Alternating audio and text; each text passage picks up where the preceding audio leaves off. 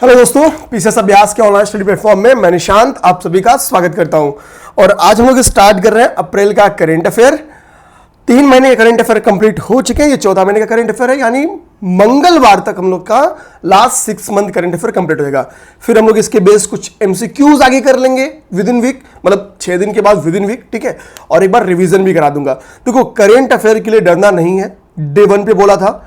Current affair के लिए उतनी ही शिद्दत के साथ आप लोग के साथ लगा रहूंगा जितना पहले लगा रहता था। विश्वास करो कि बाकी जो भी लोग करेंट अफेयर पढ़ा रहे हैं उनसे ज्यादा क्वेश्चन यहां से फंसेगा, ठीक है। कार्ड ये पिछले 4 साल से लगातार मैंने करेंट अफेयर करा है यूपी पीसीएस के लिए। इसके साथ साथ पीवाईक्यूज पे एक अच्छी पकड़ है और पीवाईक्यूज पे मैं अच्छा काम करता रहता हूं। आप अगर करेंट अफेयर की क्लास देख भी रहोगे तो आपको लग रहा होगा कि जो पीवाईक्यूज के क्वेश्चंस हैं उसको मैं पैरेलली जो संबंधित टॉपिक है कराता चला हूं, ठीक है। खैर, बात को खत्म करते हैं, आते हैं अप्रैल के करेंट अफेयर में। उसके पहले दो बातें हैं। ये मैसेज आए थे, ठीक है, तो एक बार मैसेज देख लेते हैं, मैसेज का रिप्लाई। देखो, एक क्वेश्चन किसी ने किया है कि निशांत, मतलब मुझे और रमन सर को टेलीग्राम पे कमेंट किया था कि सर जो आपने गुलजार साहब को पढ़ाया था उसमें दादा साहब फाल्के अवार्ड आपने 2003 बोल दिया है, 2013 है। तो ये बिल्कुल सही बोले हैं, 2003 मेरे मुंह से निकला है। मैं भी सही भी करा दूंगा और जाके दिखा भी देता हूँ। अच्छा, ये क्लास नंबर 1 में जो खंजर प्रैक्टिस था ना, ये जिसने भी भैया ने मैसेज किया है, ये मैंने सुधार करा दिया है, ठीक है। कल की क्लास में, मतलब जो ये क्लास नंबर 3 है उसमें बीच में मैंने इसको बोला है, ठीक।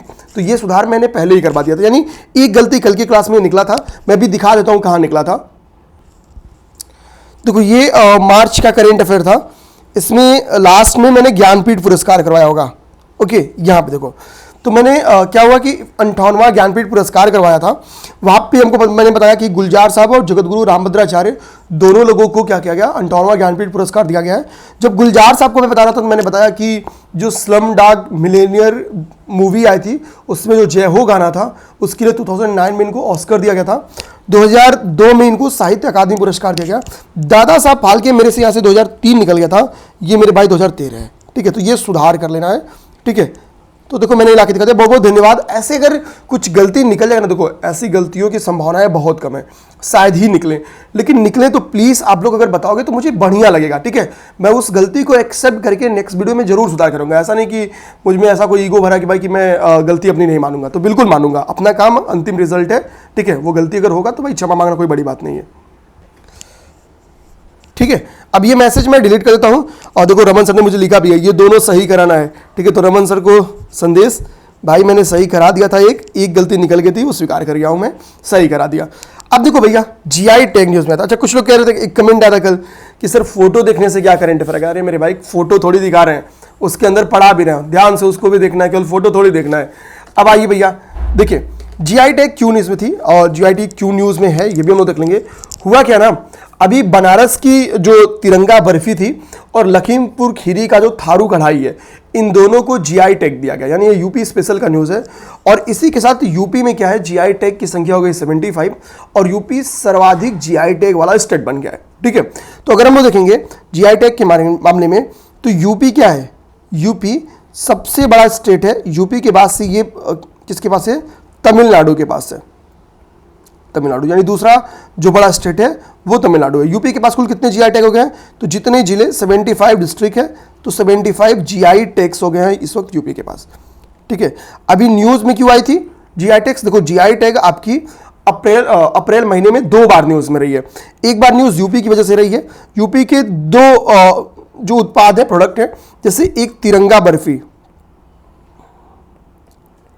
ओके, तिरंगा बर्फी हम कहाँ की है, तो ये बनारस की है। बनारस के तिरंगा बर्फी को क्या किया गया भैया, जीआई टैग दे दिया गया। दूसरा चीज जो आपकी है लखीमपुर खीरी की जो थारू कढ़ाई है, लखीमपुर खीरी की थारू कढ़ाई को क्या किया गया, जीआई टैग दिया गया, ओके। इसके पहले आपको बता दूं कि जो बेसन का लड्डू है, हनुमानगढ़ी की बेसन का लड्डू है, उसको भी जीआई टैग दिया जा चुका है, ठीक है। अयोध्या में हमको पता है कि मंदिर संग्रहालय की स्थापना की जा रही है। अयोध्या को हमको पता है, अयोध्या और बनारस को मॉडल सरोवर सिटी के तौर पे डेवलप किया जा रहा है, ठीक है। ये सारे फैक्ट हैं। अब देखो जीआई टैग और भी न्यूज में क्यों था, अभी हुआ क्या है, त्रिपुरा के 3 उत्पादों को भी जीआई टैग दिया गया था अप्रैल में ही, ठीक है, मिड अप्रैल में। उसका नाम क्या है आपका, है मातावारी पेरा, मातावारी पेरा,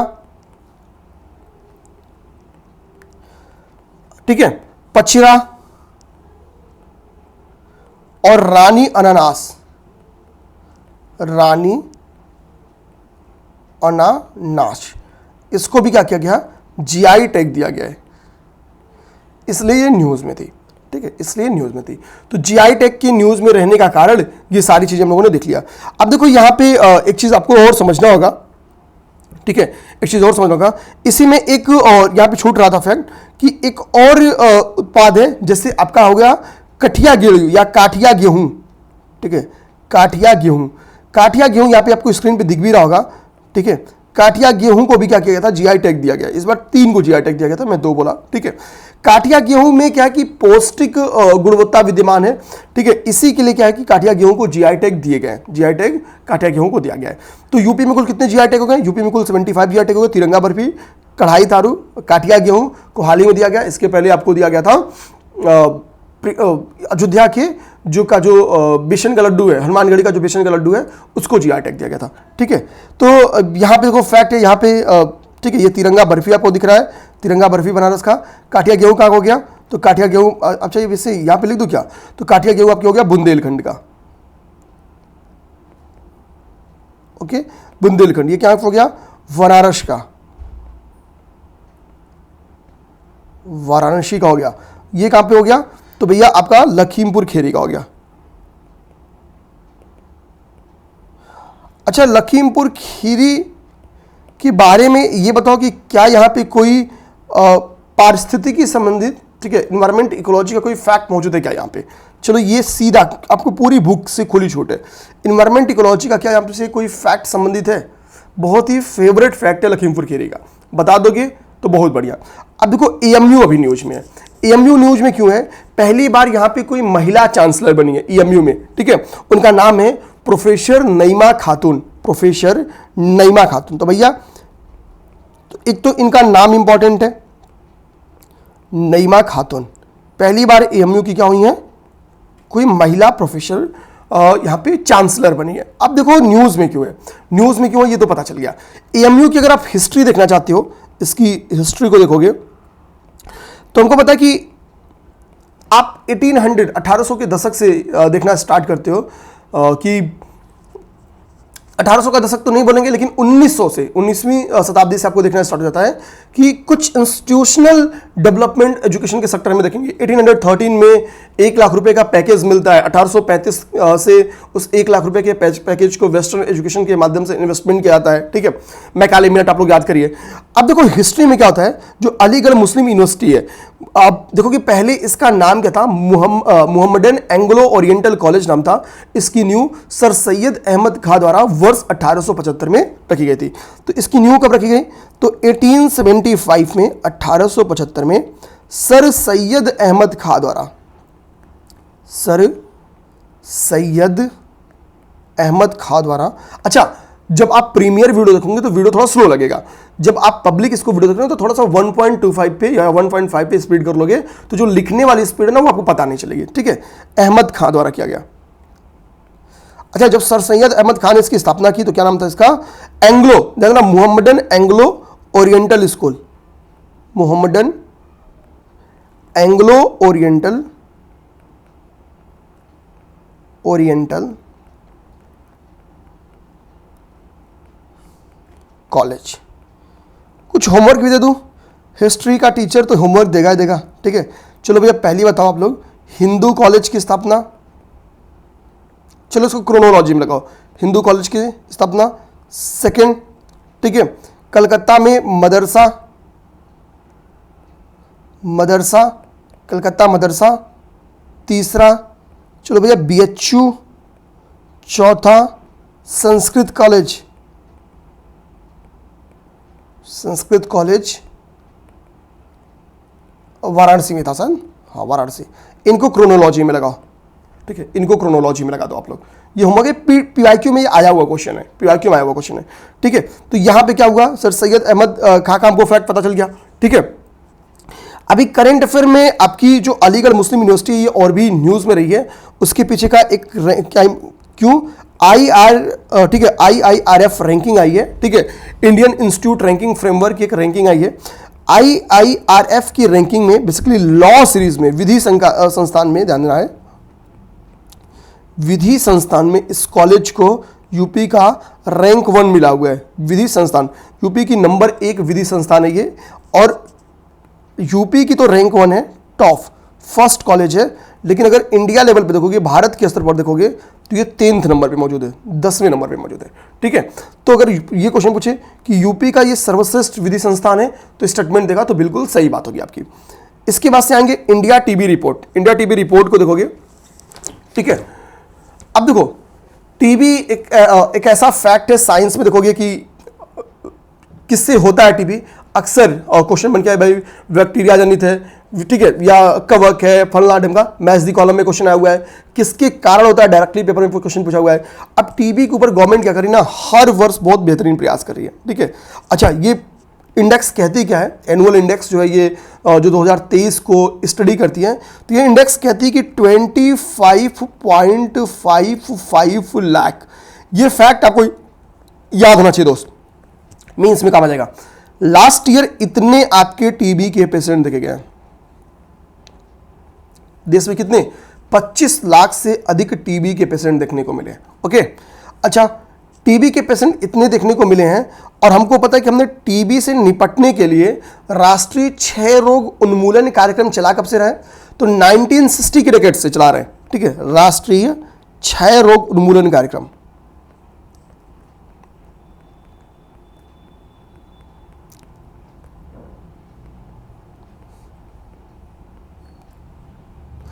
ये चल कब से रहा है, ये 1960 के दशक से चल रहा है। और 1960 के दशक से जब से हमने रोकथाम का प्रयास किया, तो जो मैक्सिमम केसेस है वो आपको लास्ट ईयर देखने को मिले, यानी ये मैक्स केस है तब से। तो सुधार तो दिख नहीं रहा भैया, कुछ खास सुधार हमको दिख नहीं रहा है। और लास्ट ईयर जो ये केसेस मिले हैं ना, इनमें सर्वाधिक जो संख्या है, ये नोट करना, यूपी की स्वास्थ्य व्यवस्था GS5 में टॉपिक है, वो यूपी में है, और इसके बाद से बारी बिहार की है। अब आपको समझ में आएगा यूपी और बिहार को बीमारू राज्यों की श्रेणी में क्यों शामिल करते हैं, ठीक है, ओके। ये एक फैक्ट पता चला। अच्छा भैया, टीबी होती क्यों है, कौन सा जीवाणु जो है इसके लिए जिम्मेदार है, ये जीवाणु संक्रमण के थ्रू होता है, ये तुमको पता है, ठीक है। माइकोबैक्टीरियम,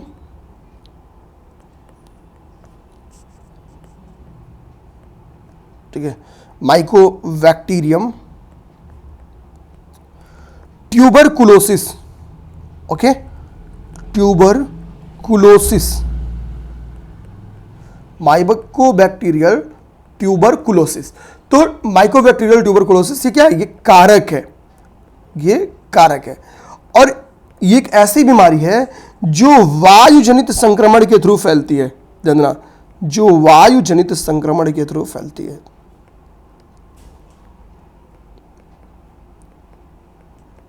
ओके, अब आप पीटी कभी पढ़ोगे तो ये देखो, ये आपका फैक्ट हो गया, ये नया फैक्ट हो गया, यूपी में सर्वाधिक केसेस मिले, ये फैक्ट मिल गया आपको।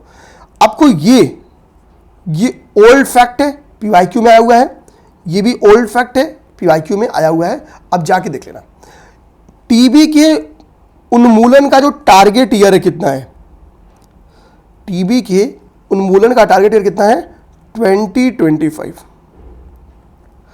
ठीक है। टारगेट ईयर कितना है, ये टारगेट ईयर है कि इसके उन्मूलन से संबंधित, ओके। ये भी एक आपका इंपॉर्टेंट पीटी का फैक्ट बन गया है। अब ये फैक्ट्स आपकी बुक में नहीं लिखे गए, ओके, इसको हमको तैयार करना है, ये एडिशनल फैक्ट्स है। अब देखो, सिविल सेवा दिवस, ठीक है, जब आप सिविल सेवा दिवस पढ़ते हो तो आपको भाई एक तो डायरेक्टली पता चलता है, यहाँ पे कहीं लिखा है 21 अप्रैल, नहीं, तो डायरेक्ट फैक्ट क्या है कि भाई हम लोग सिविल सर्विसेज डे कब मनाते हैं। लॉ पेज क्यों खत्म करूँ, यहाँ बगल में लिख देता हूँ कि सिविल सर्विसेज डे हम लोग मनाते हैं 21 अप्रैल को, ओके, 21 अप्रैल को मनाते हैं। लेकिन मनाते क्यों हैं, देखो, भारत में 1947 में ही अंतरिम सरकार बन गई थी, तो 21 अप्रैल को क्या हुआ, ये तस्वीर देख रही हो, तस्वीर किसकी है, ठीक है, सरदार वल्लभ भाई पटेल जी के। सरदार वल्लभ भाई पटेल 47 में सेलेक्टेड ओटीज से मिलने जाते हैं मेटकॉफ हाउस में। कहां पे, मेटकॉफ हाउस। ये एग्जैक्ट फैक्ट याद करना, पीटी में क्वेश्चन आ सकता है, ठीक है, नोट कर लेना। तो जब वो मेटकॉफ हाउस में मिलने जाते हैं तो यहीं पे उन्होंने भारत के जो सिविल सर्विसेज अधिकारी हैं उनको क्या कहा, उनको उन्होंने भारत का स्टील फ्रेम का, जानना है, भारत का स्टील फ्रेम कहा था। सिविल जो ऑफिसर्स थे उनको क्या कहता है, कहा इन्होंने भारत का स्टील फ्रेम, ठीक है, स्टील फ्रेम। ये किसने कहा, ठीक है, तो ये पटेल जी ने कहा, ये पटेल जी का स्टेटमेंट था। ये 1947 में जो मेटकॉफ हाउस था उसी में स्टेटमेंट दिया गया था। ओके, अब बात आती कि पीटी में इतना इंपॉर्टेंट था, करंट अफेयर देखोगे तो, लेकिन ट्रेडिशनल सिविल सर्विसेज पे इतने क्वेश्चन बन के आए, ये देखो, ये नोट्स देखो आप। ओके, अब ये होती है क्लास की इंपॉर्टेंस। अब केवल इतना पढ़ के निकल जाओगे तो भैया एक क्वेश्चन हो सकता है उससे जाए, लेकिन सपोज इसी पे ट्रेडिशनली क्वेश्चन देखो कितने आ सकते हैं, जितने बन के आए। हमको पता है कि जो सिविल सर्विसेज है, सिविल सर्विसेज को किसने इंट्रोड्यूस किया, तो 70, आप देखना कि कार्नवालिस के द्वारा सिविल सर्विसेज को इंट्रोड्यूस किया गया था। एक सेकेंड, ओके, कार्नवालिस द्वारा इसको इंट्रोड्यूस किया था, पेन डिस्चार्ज हो गई थी तो वो मैं चार्ज में लगा देता भाई, ठीक है, ठीक है, कार्नवालिस चाचा के द्वारा, ठीक है, कार्नवालिस चाचा ने क्या किया था कि सिविल सर्विसेज को इंट्रोड्यूस किया था। तो भारत में लाया कौन, तो भैया इंट्रोड्यूस किया कार्नवालिस चाचा ने, ठीक है। कार्नवालिस कोड हम लोग 1793 का कार्नवालिस कोड भी पढ़ते हैं, ठीक, एक फैक्ट हो गया हमारे लिए। सेकंड क्या इंपॉर्टेंट फैक्ट है, देखो 5-7 फैक्ट संबंधित है, जितनी सारी पीवाईक्यूज हैं और यूपी पीसीएस के द्वारा ही पूछे गए पीवाईक्यूज है ये, ठीक है। हमको पता है तीन पर्सनालिटी सिविल सर्विसेज से बहुत संबंधित है। एक आपकी पर्सनालिटी है सत्येंद्र नाथ टैगोर जी, इनके बारे में दिमाग में रखेंगे, सत्येंद्र नाथ टैगोर जी। दूसरी पर्सनालिटी आपके लिए है सुरेंद्र नाथ बनर्जी जी,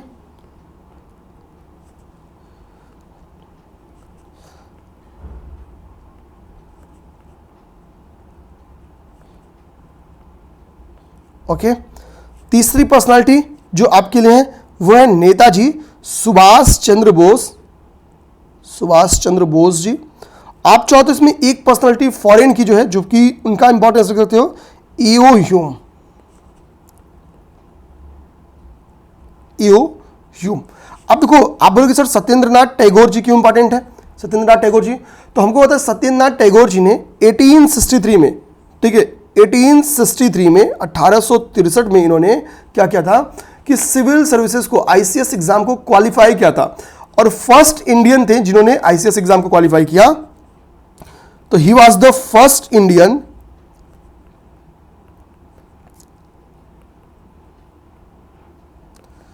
ठीक है, he was the first Indian to qualify, ठीक है, ICS exam, Indian civil services exam. कुछ अंग्रेजी में गलती हुआ तो यार माफ करना, फिर वही बोलूंगा, इंग्लिश मेरी अच्छी नहीं है तो मैं नोट करके लाता हूं, लिख देता हूं, ओके। सुरेंद्र नाथ बनर्जी सेकंड ऑप्शन आपके, ठीक है। देखो सुरेंद्र नाथ बनर्जी जी ने भी, आप देखना 1869 में इन्होंने क्या किया था, एग्जाम को क्वालिफाई किया था, लेकिन कुछ टेक्निकल कारणों से, कुछ तकनीकी गड़बड़ी की वजह से, टेक्निकल एरर्स की वजह से इनको डिस्क्वालीफाई कर दिया गया। बाद में ध्यान देना, इनको क्या कर दिया गया, डिस्क्वालीफाई कर दिया गया,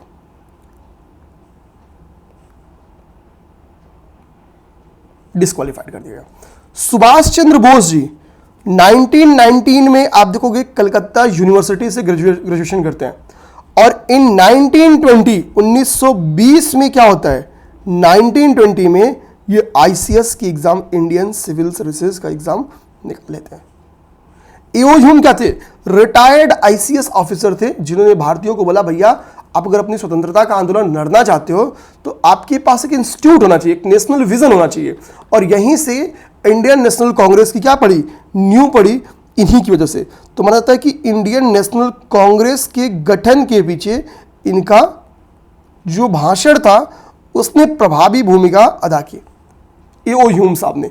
तो ये इतने तो फैक्ट हो गए, ठीक है, ये इतने क्या होगा, फैक्ट हो गए। अब देखो एक क्वेश्चन आ सकता है कि ब्रिटिश गवर्नमेंट ने कब भारत में आईसीएस का एग्जाम कराना स्टार्ट किया। ये सारे फैक्ट पेपर में आए हैं, ये सारे फैक्ट। तो देखो ब्रिटिश गवर्नमेंट ने पहले क्या है, इसका एग्जाम ब्रिटेन में चलता था, फिर दोनों जगहों पे यानी ब्रिटेन और इंडिया साइमल्टेनियसली दोनों जगह पे एग्जाम होना स्टार्ट हुआ।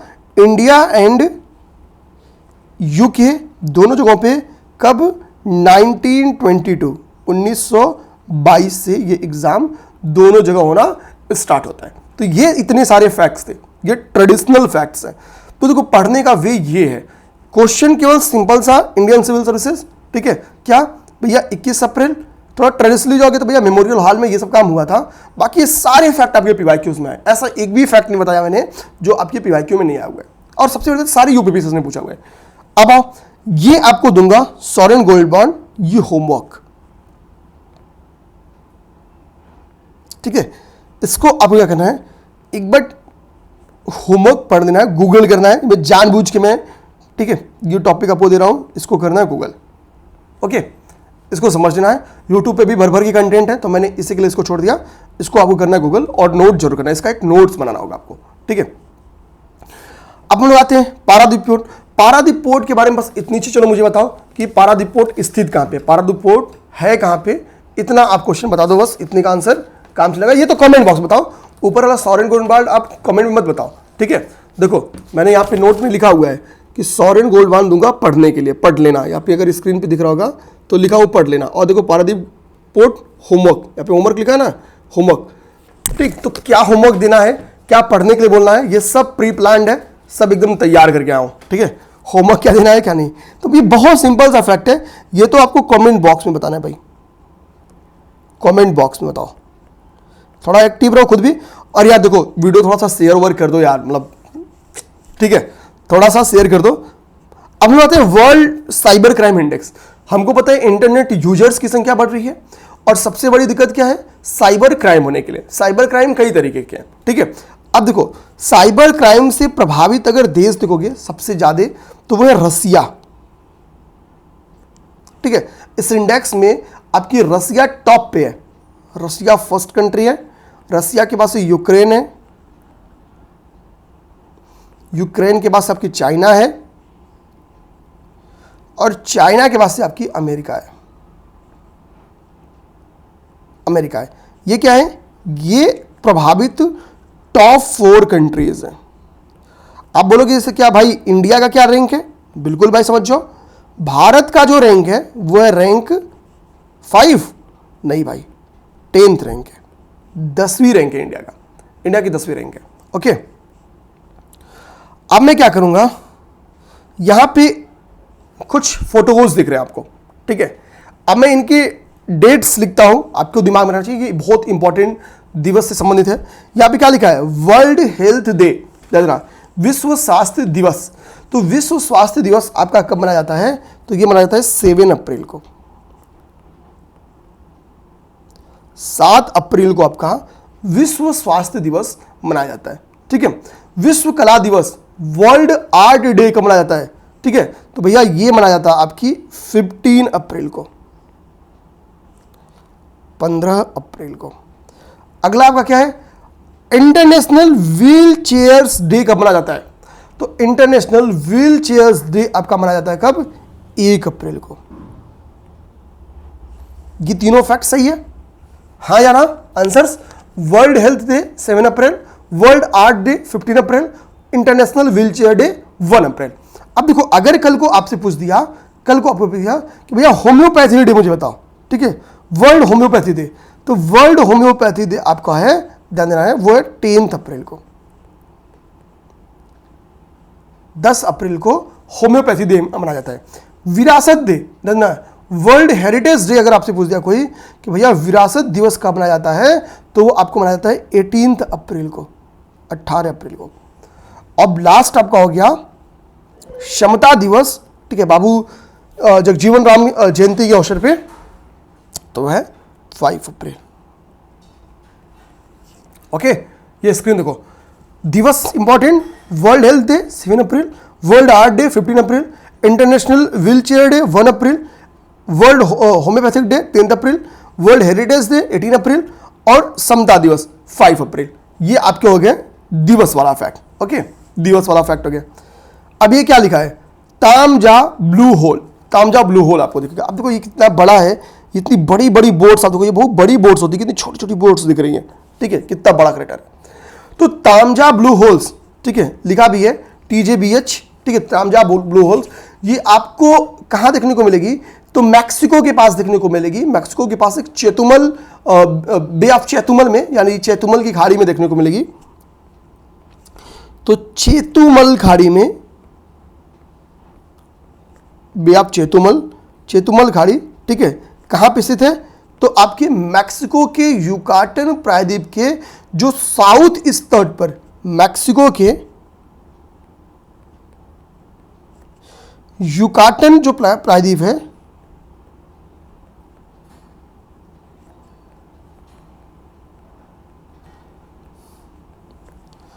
मैक्सिको के युकाटन प्रायद्वीप के साउथ ईस्ट कोस्ट पे या तट पर ये स्थित है। ये देखा गया।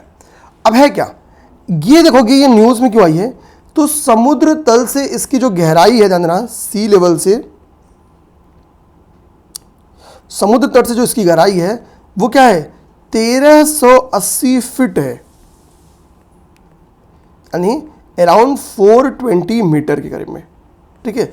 और इसी के लिए क्या है, वर्ल्ड डीपेस्ट, ध्यान देना है, वर्ल्ड डीपेस्ट ब्लू होल है, यानी विश्व का सबसे गहरा ब्लू होल है, विश्व का सबसे गहरा ब्लू होल है। ओके, अब बात आती है इसके पहले कौन था फिर, तो आप ड्रैगन होल या संसा योंगले होल का नाम, ब्लू होल का नाम सुनते हो, तो ना संसा योंगले, ये है आपकी चाइना का, ये आपके चाइना का है, ठीक है, चाइना का है, ठीक है। इसको हम लोग क्या कहते हैं, इसको हम लोग कहते हैं ड्रैगन होल, ड्रैगन होल कहते हैं सॉरी। ये पहले सबसे डीपेस्ट था, अब इसकी जगह पे कौन हो गया, तामजा ब्लू होल। तो चूंकि रिकॉर्ड ब्रेक हुआ है तो ऐसे पेपर में क्वेश्चन बन के आते हैं। नेक्स्ट देखेंगे, ठीक है, नेक्स्ट देखेंगे हमारे लिए जो क्वेश्चन है, नेक्स्ट जो क्वेश्चन है हमारा वो मेनिंजाइटिस वैक्सीन के ऊपर है, ठीक है, मेनिंजाइटिस वैक्सीन के ऊपर है, ठीक है। इसको देखेंगे हम लोग, मेनिंगिस्टिक लिख दिया, मेनिंजाइटिस या जो भी कह लीजिए उसका नाम, ठीक है। अब देखो इस अभी हाल ही में इसकी एक वैक्सीन की को परमिशन मिल गया नाइजीरिया के वैक्सीन को WHO से लगाने वाने के लिए, ठीक है। उसका नाम क्या है, MEN5CV। तो क्वेश्चन हो जाएगा हाल ही में चर्चा मेरा MEN5CV क्या है, तो ये एक वैक्सीन है, मेनिंजाइटिस वैक्सीन है, ठीक है, ध्यान देना है। ये क्या है, एक, चलो ये तो लिखा हुआ है, किसने खोज की, नाइजीरिया ने, नाइजीरिया ने इसकी खोज की। मेनिंजाइटिस होता किससे है, तो ध्यान देना, होता तो ये बहुत चीजों से है, ये वायरस से भी होता है, ये कवक से भी होता है, ठीक है, ये बैक्टीरिया से भी होता है। मेनली किसके द्वारा होता है, तो मेनली इसकी होने के पीछे जो उत्तरदायी कारण है वो बैक्टीरिया है मेनली। ओके, मेनली इस बीमारी में बेसिकली होता यह है कि जो आपका मस्तिष्क है, जो आपका माइंड है, और जो आपकी रीढ़ की हड्डी है, ठीक है, रीढ़ की हड्डी है, इन दोनों की झिल्लियों में बहुत तेज सूजन हो जाता है, ठीक है, बहुत ज्यादा क्या होता है, सूजन हो जाता है। तो इसके लिए क्या है, नाइजीरिया ने एक वैक्सीन निकाला है, मेनिंजाइटिस वैक्सीन, जिसका नाम है MEN5CV, ठीक है, MEN5CV, ये इंपॉर्टेंट है। व्यस्ततम हवाई अड्डों की लिस्ट आई है, ठीक है, व्यस्ततम हवाई अड्डों की क्या है, लिस्ट आई है। अभी जान दो कि जो जेवर में अंतर्राष्ट्रीय एयरपोर्ट यूपी से गवर्नमेंट के द्वारा बनाया जा रहा है, ठीक है, उसको भी विश्व के सबसे बड़े मतलब भारत के सबसे बड़े अंतर्राष्ट्रीय ट्रैक के रूप में डेवलप किया करने की कोशिश की जा रही है। ठीक है, या गवर्नमेंट कर रही है, इसलिए वो न्यूज में आया था। यूपी में हमको पता है कुल 5 इंटरनेशनल एयरपोर्ट्स मौजूद हैं, कुछ इंटरनेशनल एयरपोर्ट पे काम चल रहा है। अभी रिसेंट में ज्योतिरादित्य सिंधिया जी ने 3 उत्तर प्रदेश के डिस्ट्रिक्ट में एयरपोर्ट खोलने की बात बोली है। वो चाहो तो उनका नाम बता दो, मैं पढ़ाया नहीं हूं, मैं नेक्स्ट क्लास में बता दूंगा। चलो मैं यही होमवर्क लिख दूं या आप बता दो कि यार गूगल करके बता दो भाई ना, कमेंट कर दो, पॉज करके वीडियो गूगल करो, हाल ही में कहां एयरपोर्ट खुलने की बात हुई है, 3 डिस्ट्रिक्ट है, नाम लिख दो। ओके, इस लिस्ट को जारी किसने किया है? तो airport council of international world, यानी जिसका नाम है ACI world, airport council of international world के द्वारा यह लिस्ट जारी की गई। आगे क्या बोलता है? आगे लिस्ट क्या बोलती है, ध्यान रहा। इसमें जो रैंक 1 है भाई, सबसे व्यस्त हवाई अड्डा कौन सा है, और रैंक 10 पे कौन है, हम लोग ये याद करेंगे। रैंक 10 हमारा है, रैंक 1 तो भाई हमारा नहीं होगा सॉरी। तो यूएसए का अटलांटा जो हवाई अड्डा है, जो एयरपोर्ट है, वो सबसे व्यस्ततम हवाई अड्डा है, और रैंक 10 पे जो मौजूद है वो आपका है Indira Gandhi international airport, sorry IGIA, Indira Gandhi international airport, new Delhi. अच्छा ये बताओ, अब एनसीआर बेल्ट में आपको पता होना चाहिए कि इंदिरा गांधी के अलावा अब आपका एक जेवर एयरपोर्ट भी इंटरनेशनल एयरपोर्ट हो जा रहा है। ठीक है, ये तो हो गया इंपॉर्टेंट। उत्तर प्रदेश मदरसा अधिनियम, इसको मैंने एक वीडियोस में समझाया भी था डिटेल में, फिर समझा देता हूं। हुआ क्या था कि ये एक तो डायरेक्टली पेपर में ये एक्ट ही पूछ लेगा, मैक्स चांस है कि यही पूछ के आएगा। ठीक है, हाई कोर्ट ने एक डिसीजन दिया, एक रिट दायर की गई थी, जिस रिट के ऊपर हाई कोर्ट ने डिसीजन दिया कि जो ये मदरसा अधिनियम चाहे, मदरसा अधिनियम के तहत जो मदरसे चल रहे हैं वो मदरसे धर्मनिरपेक्षता के सिद्धांत का भी उल्लंघन करते हैं और यूजीसी कानून 1956 का भी उल्लंघन करते हैं। हमको पता है राधा कृष्णन कमीशन के सुझावों के आधार पर यूजीसी की हमने 1956 में न्यू रखी थी। राधा कृष्ण आयोग कमीशन का बना था 1948 में बना था, ये हम लोगों ने पहले पढ़ा हुआ है। ओके, तो यूजीसी एक्ट 1956 की धारा 92 का भी क्या करता है, ये के अगेंस्ट है। इसके लिए हाई कोर्ट ने क्या किया, इसको बैन कर दिया। ठीक है, अब देखो बैन में किया तो भाई यहां पे लोग पढ़ रहे हैं, उनका क्या होगा? तो भाई यूपी में 2 टाइप के मदरसे हैं, पहले वो मदरसे जो रजिस्टर्ड है, दूसरे वो मदरसे जो नॉन रजिस्टर्ड है। अभी दोनों मदरसे नहीं रहेंगे जब हाई कोर्ट का डिसीजन आया तब। तो पहले मदरसे में यानी जो रजिस्टर्ड मदरसे थे उनकी संख्या 16,000 से ज्यादा थी, ये रजिस्टर्ड मदरसे थे, और जो नॉन रजिस्टर्ड मदरसे हैं उनकी संख्या लगभग 8500 के करीब में है, जो कि नॉन रजिस्टर्ड मदरसे हैं। ओके, नॉन रजिस्टर्ड मदरसे। बाद में इसको क्लेम किया गया सुप्रीम कोर्ट ने इस पर रोक भी लगा दिया, वो एक अलग की बात है। लेकिन ये था कि भैया अगर सुप्रीम कोर्ट ने रोक नहीं लगाया था तो ये था कि भैया कि ये तो नॉन रजिस्टर्ड तो ऑटोमेटिकली खत्म, इनके भविष्य की गवर्नमेंट क्यों फिक्र करे, इनको एडमिशन लेना तो कहीं ले ले। इनको ऑप्शन दिया गया था, आप चाहिए तो आप यूपी बोर्ड में ये बच्चे जा सकते हैं, ये चाहें तो ये बच्चे ICSE बोर्ड में जा सकते हैं, ये चाहें तो ये CBSE बोर्ड में के तहत संचालित हो सकते हैं, या ये बच्चे जा सकते हैं। इनको ये ऑप्शंस दिए गए थे। ठीक है, यानी आप जिस भी बोर्ड से जाना चाहो जाओ, लेकिन लेकिन अब क्या है, इस पर तत्कालीन सुप्रीम कोर्ट ने रोक लगा दिया है, सुप्रीम कोर्ट के द्वारा रोक लगाया जा चुका है। ठीक है, तो ये हो गया। अब इसको मैं अभी करूंगा, हटा देता हूं, ये तो करेंट अफेयर का था, कहानी थी, डिलीट कर देता हूं। अब देखो मदरसा आपके लिए बहुत इंपॉर्टेंट हो गया। अब कुछ मदरसों के ऊपर ऑलरेडी PCS ने क्वेश्चन बना के दिया हुआ है, तो हमारा काम है उसको कर लेते हैं। तो एक बार पेपर में क्वेश्चन आया कि मदरसा ए बेगम क्या है। मदरसा ए बेगम के बारे में क्वेश्चन पूछा कि भाई मदरसा ए बेगम क्या है। तो देखो मदरसा ए बेगम की जो न्यू रखी गई थी, ठीक है, वो रखी गई थी माहम अनगा के द्वारा। जब माहम अनगा ने इसकी न्यू रखी थी तो इसका नाम था खैरुल मंजिल मस्जिद, ध्यान देना है। तब इसका नाम क्या था, तब इसका नाम था खैरुल मंजिल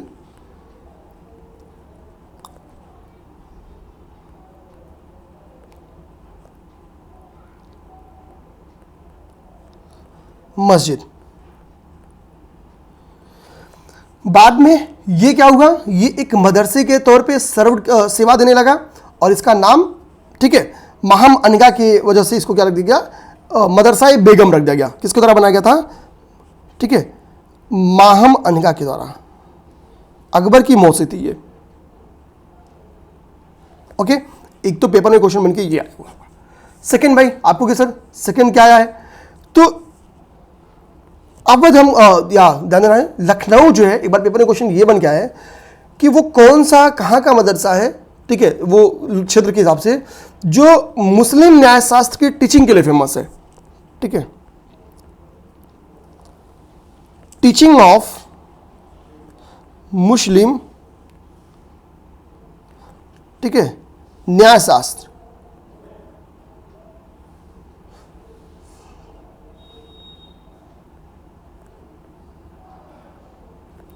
ठीक है, मुस्लिम न्यायशास्त्र की शिक्षा के लिए प्रसिद्ध है, तो वो लखनऊ मदरसा है।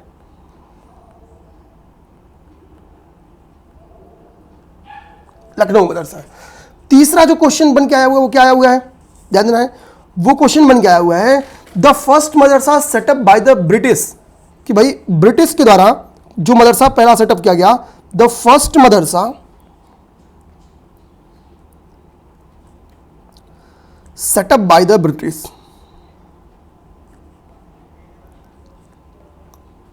बाय द ब्रिटिश, ठीक है। तो ध्यान देना है 1780 में वॉरेन हेस्टिंग्स की ड्यूरेशन में इसकी स्थापना की गई थी। वॉरेन हेस्टिंग्स के ड्यूरेशन में इसकी स्थापना की गई थी, ठीक है।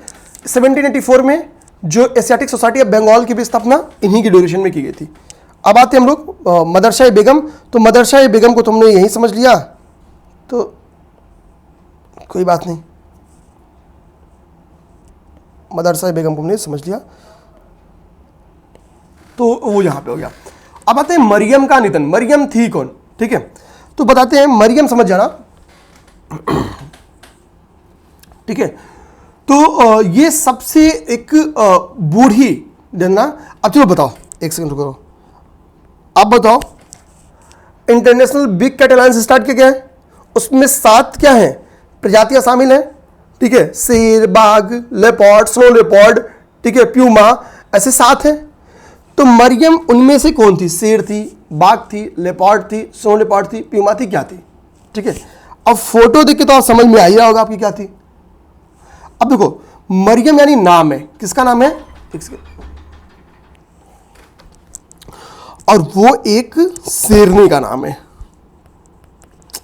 यार इसी से मैं परेशान हो गया हूं।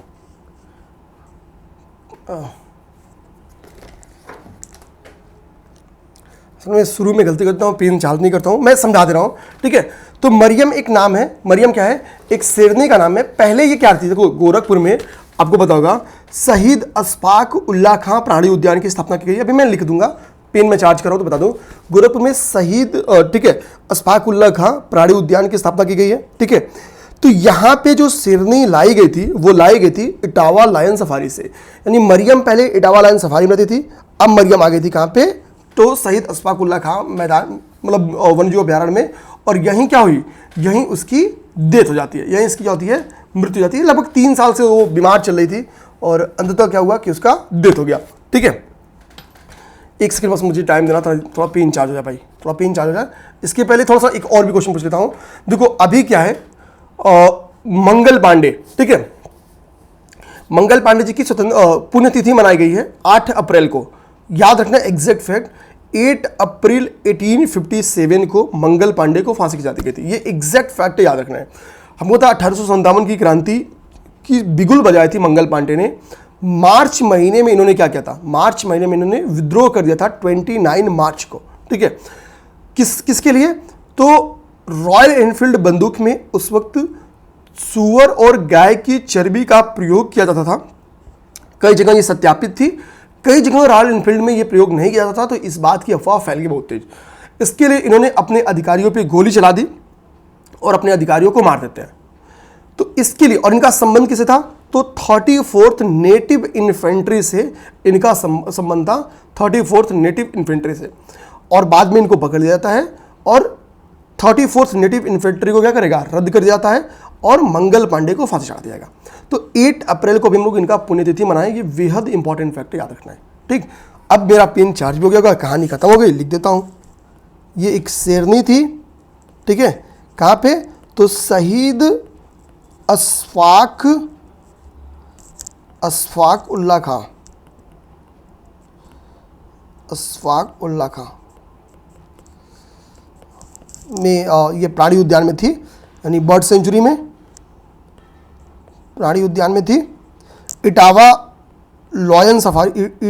लायन सफारी से लाई गई थी। ओके, जल्दी जल्दी लिख दिया हूँ, थोड़ा खराबी लिखा गया, कोई बात नहीं है। ठीक है, अभी मैंने मंगल पांडे के बारे में एक फैक्ट एडिशनल बता दिया। मंगल पांडे, ठीक है, 34th नेटिव इन्फेंट्री से इनका संबंध था। 29 मार्च को इन्होंने विद्रोह किया था और 8 अप्रैल को इनको फांसी की सजा दी गई थी 1857 में। ओके, ये फैक्ट बताया, लिख दिया जल्दी में। अब देखो, ये 114 ईयर के एक वृद्ध व्यक्ति आपको दिख रहे होंगे, ठीक है, मरियम, ठीक है, शेरनी बूढ़ी शेरनी थी, और ये वृद्ध व्यक्ति हैं, इनका नाम था जुआन वेसेंट पेरेज मोरा। ये मरी नहीं रहते, ठीक है, नाम इनकी मोरा था। नाम क्या है, जुआन वेसेंट या विसेंट पेरेज मोरा, और ये निपट ही नहीं रहते, 114 साल तक जी गए। ठीक है, तो ये वर्ल्ड के सबसे वृद्ध पुरुष थे। अब इनकी मृत्यु हुई है।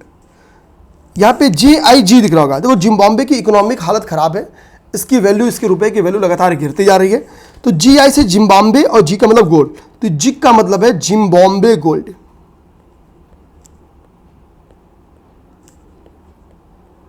ओके, जिम्बाब्वे गोल्ड आई गई है। ठीक, अब देखो, तो जिग हाल ही में चर्चा, मेरा जिग क्या है, तो जिग का संबंध है जिम्बाब्वे गोल्ड, गवर्नमेंट ने अपनी स्टेबिलिटी के लिए लेके आया है। ठीक है, अब देखो, चलो अब आपसे आप बताओ, हमको पता है जिम्बाब्वे क्या है, एक लैंडलॉक्ड कंट्री है,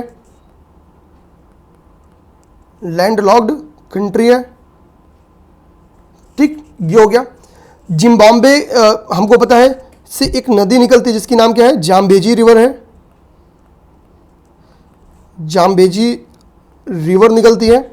जाम्बेजी रिवर पे हमको पता क्या है, करीथा, ठीक है, सॉरी करीबा बांध ना, जाम्बेजी रिवर पे हमको क्या है, करीबा डैम स्थित है, करीबा बांध स्थित है।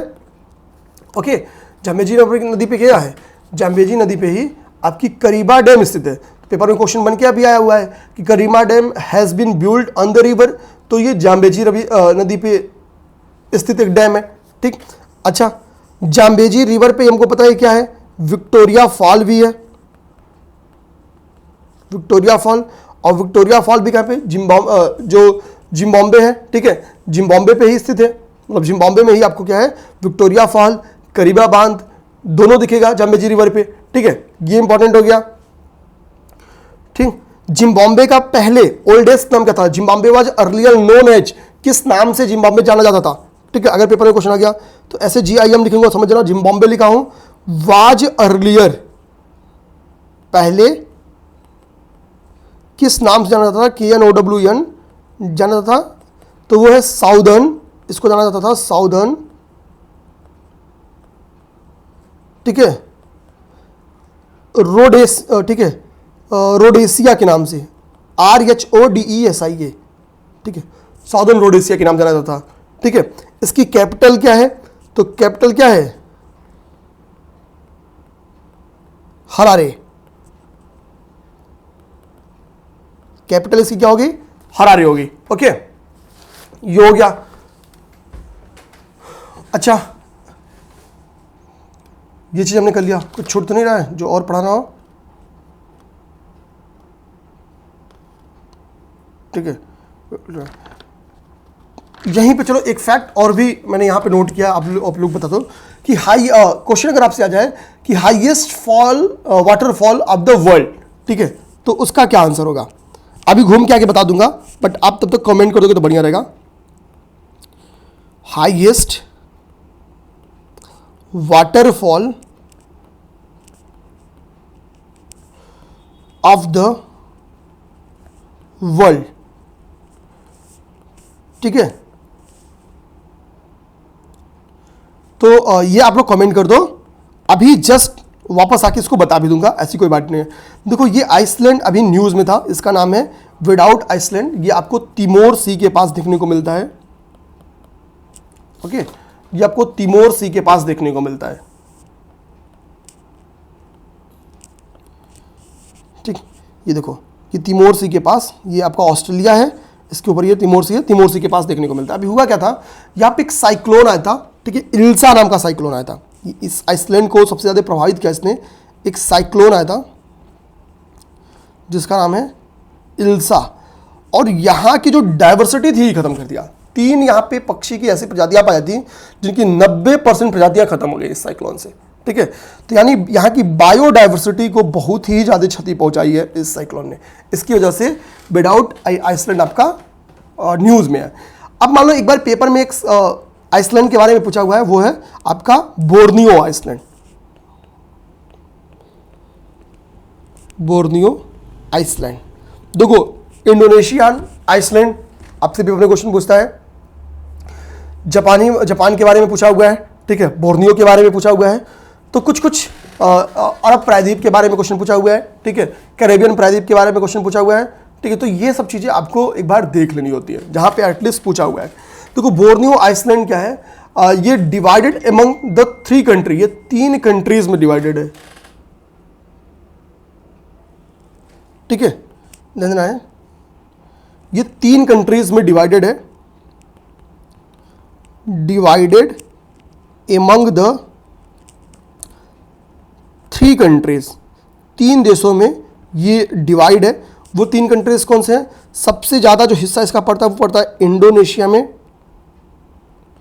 73% हिस्सा के लिए इसका इंडोनेशिया में पड़ता है। इसके बाद से अगला है मलेशिया, मलेशिया में लगभग 26% हिस्सा पड़ता है। इसके बाद सबका है ब्रुनेई, ठीक है, ब्रुनेई में 1% हिस्सा इसका ब्रुनेई में पड़ता है। ठीक है, तो ये आंसर हो गया। अगला क्या है, अगला ध्यान देंगे समलैंगिक मामलों। अब ध्यान दोगे कि जो समलैंगिक कमेटी है, मतलब लोग हैं, समलैंगिक लोग हैं, उनसे संबंधित जितनी भी एचबीटी, ठीक है, जो एचबीटी, ठीक है, एलजीबीटीक्यू जो ग्रुप समुदाय है, ठीक है, एलजीबीटीक्यू समुदाय के लोगों की जो समस्याएं हैं, ठीक है, जो उनके इशूज़ हैं, उसके लिए क्या है आपकी राजीव गौबा समिति बनाई गई। ठीक है, समलैंगिक मामलों के ऊपर,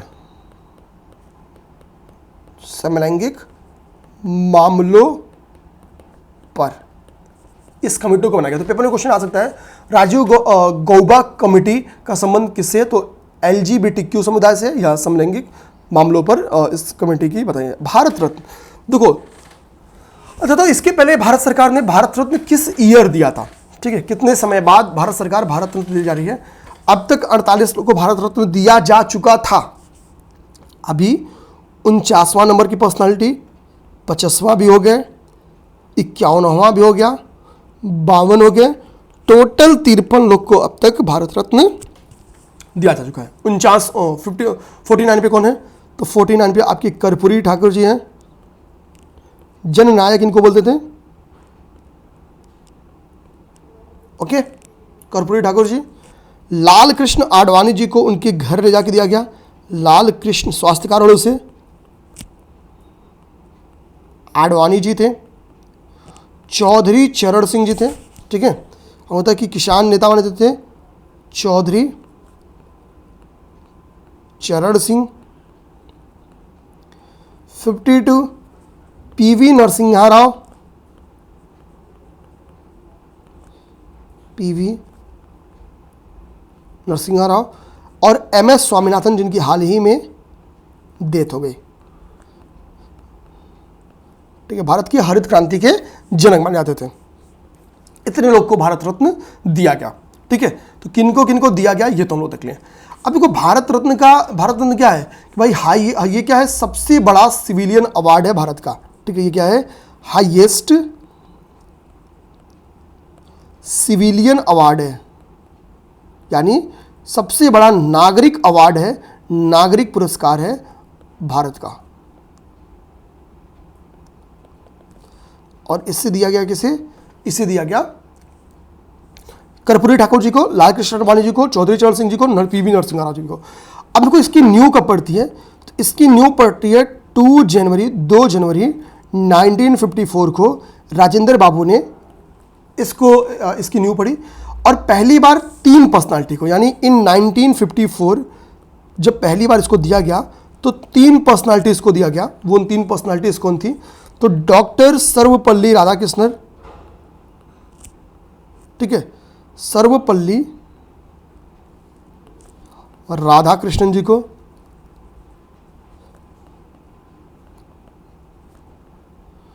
दूसरी पर्सनालिटी थे, ठीक है, सी राजगोपालाचारी,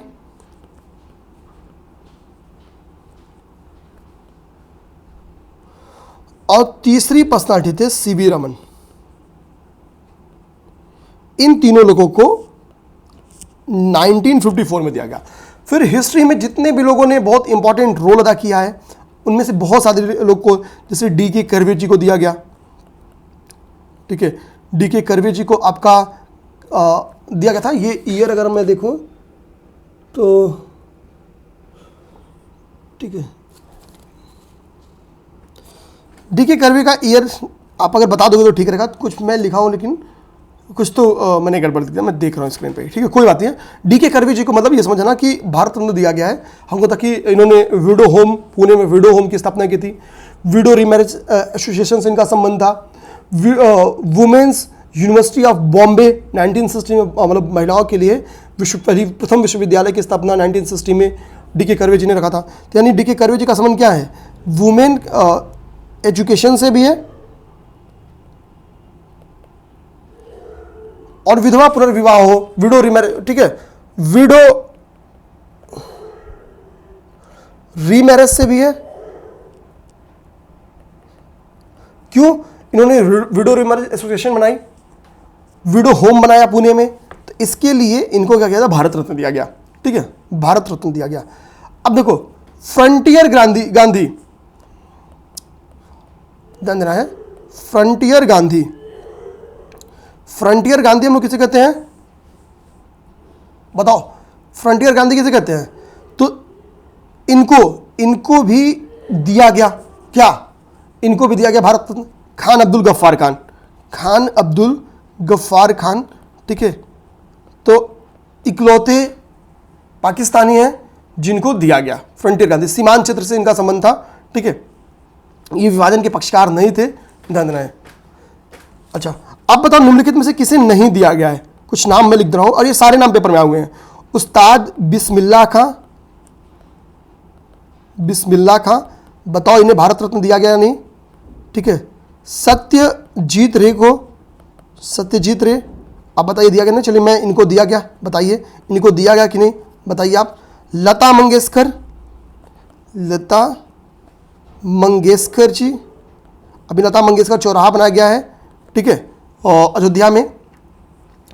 अब इसके बाद से चलिए एक आप बता दीजिए, नेल्सन मंडेला, ये फॉरेनर थे, इनको भी दिया गया है। एक बताओ राज कपूर, ठीक है, और राज कपूर, इनको दिया गया नहीं। दो होमवर्क पूछा है, कि यहाँ एक यहाँ। अब एक होमवर्क मैंने आपको वाटरफॉल से संबंधित पहले दिया था, ठीक है, वाटरफॉल से संबंधित पहले दिया था, वो बता देता हूँ आपको। आपसे मैंने पूछा क्या था? Highest waterfall of the world, ठीक है,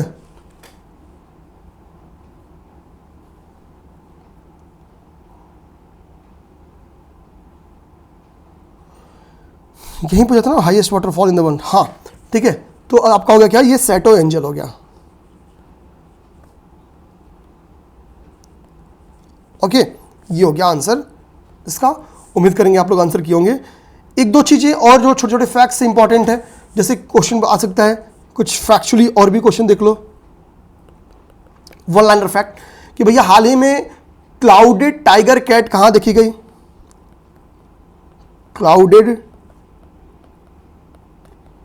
टाइगर कैट कहां देखी गई? क्वेश्चन बन क्या सकता है, ठीक है। कुछ एक बुक है, ठीक है, द आइडिया ऑफ डेमोक्रेसी, किसके द्वारा लिखी गई? द आइडिया ऑफ डेमोक्रेसी किसके द्वारा लिखी गई? मिथ यानी गलत, वर्सेज रियलिटी, सच्चाई क्या है, रजिस्टर किसके द्वारा लाया गया। देखो मिथ वर्सेज रियलिटी रजिस्टर्ड, ये इलेक्शन कमीशन के द्वारा, चुनाव आयोग के द्वारा लगाया गया। आइडिया ऑफ डेमोक्रेसी जो बुक है ये सैम पैत्रोदा की बुक है, सैम पैत्रोदा की बुक है। क्लाउडेड टाइगर रिजर्व आपको देखे गया है ब्राजील के वर्षावन में, ठीक है। ये जो आपकी वृद्ध पुरुष हैं, ये इनका संबंध कहां से है, वेनेजुएला से इनका संबंध है, वेनेजुएला, ठीक है, जुएला से इनका संबंध है। ओके, ये सारी चीजें हो गई। बाकी सारे तो जो इंपॉर्टेंट चीज थी वो मैंने करा दिया, कहीं कुछ छूटा नहीं है ना नोट्स में, एक बार देख लूँ, कहीं कुछ नहीं छूटा है, सारी चीजें एकदम बहुत क्लियर तरीके से करा दी गई हैं, ठीक है। इस तरीके से आपकी अप्रैल का करंट अफेयर खत्म हो जाता है। आप विश्वास रखो, इतना ही करंट अफेयर आपके लिए इंपॉर्टेंट था, और इंपॉर्टेंट आपके लिए अप्रैल में करंट अफेयर नहीं है, ठीक। आपका मई बना है, बचा है, आपका जून बचा है, 2 महीने का करंट अफेयर बचा है, कर लेते हैं लोग। जय हिंद, जय भारत।